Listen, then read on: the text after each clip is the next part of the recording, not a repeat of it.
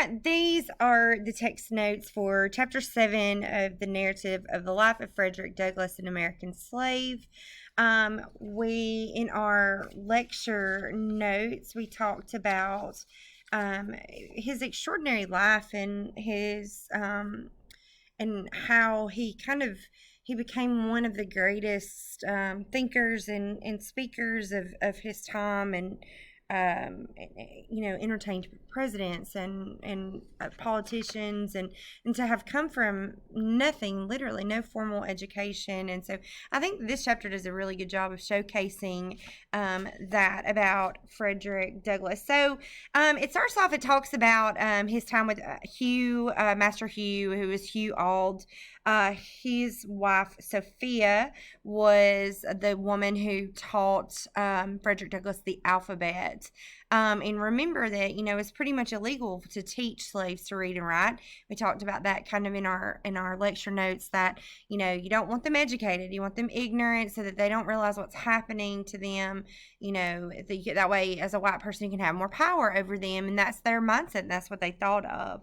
So when Hugh Auld heard that his wife was trying to educate Frederick Douglass, obviously he had to remind her that slaves were animals. They were meant to be servant slaves, and that educating them was not something that they as a family were going to do. And so he talks a little bit here at the very beginning a lot about brutality and how it did not only turn slaves into brutes, but it also made the masters brutes as well. And so frequently throughout the narrative of the life of Frederick Douglass, he talks about brutality and how it doesn't only impact slaves, it impacts the masters. So, and this is a prime example. So Sophia, he calls initially, kind and tender-hearted.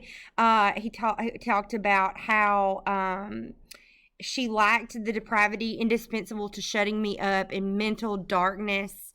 And so she had to be trained to treat him like a slave, or treat him as though he were a brute, is what he says there. So she was initially kind-hearted. She was patient with him. And it says that when he first went to live with her, that she treated him like one human being ought to treat another. And he says that slavery proved as injurious to her as it did to me. When I went there, she was a pious, warm, and tender-hearted woman. There was no sorrow or suffering for which she had not a tear. She had bread for the hungry, clothes for the naked, and comfort for every mourner that came within her reach. And slavery soon proved its ability to divest her of these heavenly qualities. So in addition to making the slaves, brute-like, animal-like, it also took those things away from the white masters as well. And this is a prime example of that. So it turned her from this tender-hearted, kind woman who fed and clothed the hungry and the destitute, and shed tears for the suffering of others. It turned her into a tiger-like woman with a heart of stone, he says. She became even more violent in her opposition than her husband himself. So he had to remind her how they were supposed to be treated, and she was an excellent student. She became even more cruel than her own husband was as well. So she was so far removed from what she initially was to him. So, but it was kind of too late. Every time she saw him trying to pick up a newspaper to read, every time he went into another room, she assumed that he was trying to read. And so she would be verbally abusive and snatch things from them and rush up on him, and with a face full of made all up of fury, he says, to try to prevent him from learning. But it was too late. He sought other avenues. Once he had a taste of education, he desired to learn more. He wanted to know more. He wanted to understand. He wanted to be able to read. He wanted to be able to write. And so what he started doing was the neighborhood kids, the neighborhood that and I'm talking about the poor within his own home, in the old home. The master's son was of school age when he was young, or came into school age during his time there. But the poor kids in the neighborhood, the kids of white, farmers, or that didn't own like these big plantations, the ones that were kind of poor and destitute themselves, he started using them as his new teachers. And so sometimes he would take bread and trade bread with them if they, knowing that they were hungry, more than likely that he could use that as currency to get them to teach him. So he always had a book with him, and he always took bread with him so that he could turn every opportunity to see these kids into a lesson. And he said that they would, in return, would give me that more valuable bread of knowledge. So he starts learning from them. And with them, he found a sympathetic ears. He says he used to talk about slavery over with them, and I would sometimes say to them, I wish I could be as free as they would be when they got to be men. You will be free as soon as you are 21, but I'm a slave for life. Have not I a good as right to be free as you have? And those words used to trouble them. They would express for me the liveliest sympathy and console me with the hope that something would occur by which I might be free. And so here they are. They're sympathetic to his plight and his situation, and they don't know any better. Unfortunately, at that time, they would grow up with that same mentality. Children are kind of ignorant to color and race and prejudice and that kind of thing. Those things have to be taught, which that was kind of the curriculum at the time. So this idea of being a slave for life started to really weigh heavy on him. And he had learned more, and he learned the alphabet. He learned how to read, due in part to not only Sophia's early lessons, but also the lessons of his little white friends. And so he found a copy of the Columbian Orator, which was a collection of political essays and speeches and articles that almost every school-age boy in the early 19th century read at that time. It had like Benjamin Franklin in it. It had the fire and brimstone preachers. And in that book, he was really drawn to a conversation, a dialogue, he calls it, between a slave owner and an enslaved man.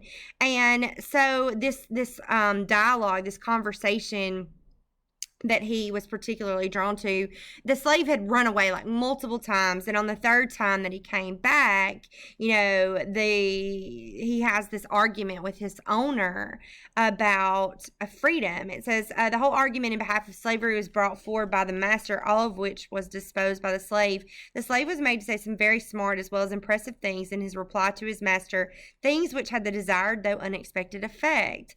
For the conversation resulted in the voluntary emancipation of the slave on the part of the master. And so this enslaved man bought his freedom through his logic and being able to discuss why he should not be a slave with his slave owner. And at the same time, in the same book, Sheridan, Richard Brinsley Sheridan, was an Irish politician, poet, satirist, playwright, and he had a speech in there as well on emancipation and the evils of slavery. The Irish at the time were heavily under English rule, and the Catholic Church played a big role in that. And so that speech by Sheridan on emancipation really kind of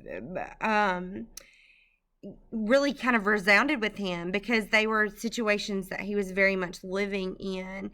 He said that they gave tongue to interesting thoughts of my own soul. I read them over and over. They enabled him to utter his thoughts. They enabled him to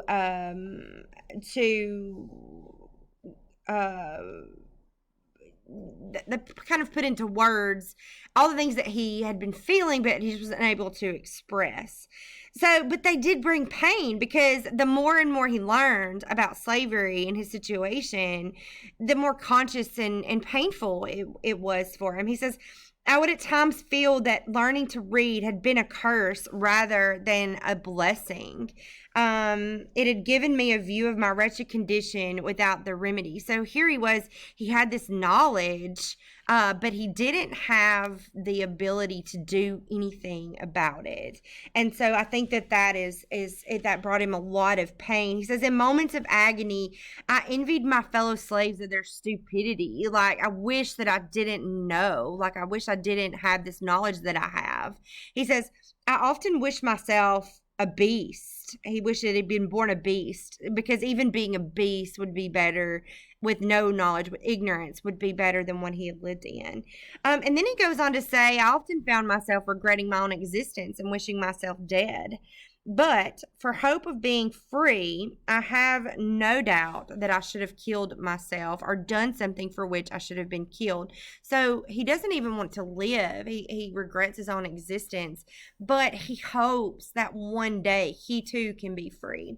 So he says that freedom, the silver trump of freedom, had aroused. I'm trying to find it in here. I have it in my notes. It's right here somewhere. Silver trump of freedom. The silver trump of freedom had roused my soul to eternal wakefulness. Freedom now appeared to disappear no more forever. It was heard in every sound and seen in everything. It was ever present to torment me with a sense of my wretched condition. I saw nothing without seeing it. I heard nothing without hearing it, and felt nothing without feeling it. That desire to be free, that freedom, it was constantly present. But again, he had no way to deal with it. So he loved to listen into conversations that people had. He gained a lot of knowledge from that, reading in newspapers and stuff. And he heard the word abolition, and he heard it over and over again. And so when he went to look it up in the dictionary, it was like being abolished, like to be abolished. And so it didn't really mean anything to him. But then he heard it more and more in connection with emancipation and being free, and he heard the word abolitionist, and he knew that abolitionists were white men who aided in the freeing of slaves. And so he would go and listen to these speeches for them down by the docks. There would be there was a young Irish wharfsman who encouraged him to run away, to escape to the north, and that there would be friends there that would help him become free. And so he initially feigned interest in this suggestion, but he took that advice to heart.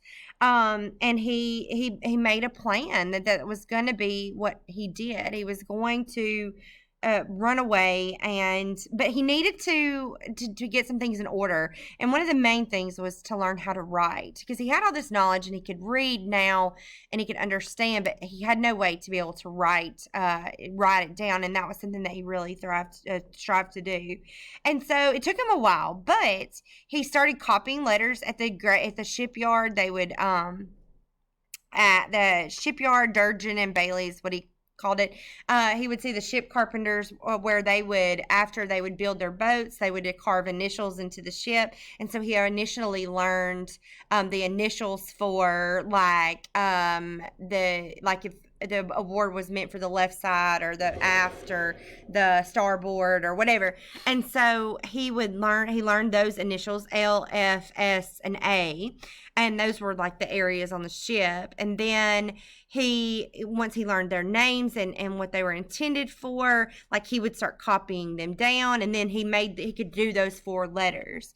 And so then at any time after that, like he would run into one of his boys, like his little boys that he used to feed, he would tell him that he could write as well as he make it a game. And so the little boy would be like, oh, I don't believe you. Let me see you try it. And then he would make the letters that he knew, the L, S, A, and F. And then the white boy would write all the letters that he knew. And so he began learning other letters in addition to that.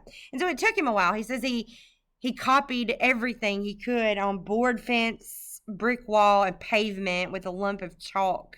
And it was through that process that he learned how to write, and it was a skill that he took with him, obviously, into his future when he was able to escape, which we talked about